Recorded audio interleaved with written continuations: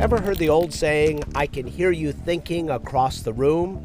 Here in the Bat Lab at Johns Hopkins University, that is literally true. We're investigating how animals, including humans, use sensory information to guide their behavior. That chirping noise you hear is the slowed down, electronically enhanced call of an echolocating bat in flight. It's like natural sonar, reflecting off objects in the environment. With support from the National Science Foundation, neuroscientist Cindy Moss and her team are tuning their ears to these calls. They want to better understand how these highly specialized creatures navigate their world. That, in turn, can tell them something about how we do it, too. We think that the processing of the sound information, once it returns to the bat's ears, is comparable to information that another animal may get directly from the environment, say light that is processed through the visual system. In this test, the bat has been trained to fly through a small opening in a net that divides the room, marked by a white cone. Listen to its call rate go up as it approaches the hole. There it goes. Let's watch again in slow motion.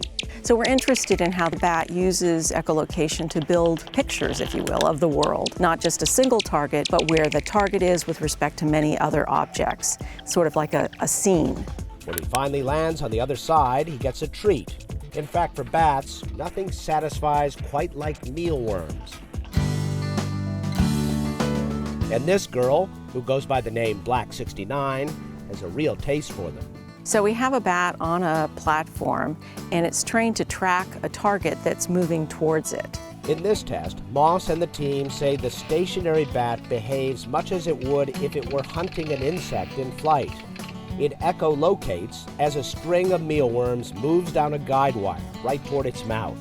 So this gives us the opportunity to look closely at the bat, what it's doing as it's tracking. We can look at its ear movements, its head movements. We can look at the timing of its calls with respect to the target position, and we have complete control over that target position.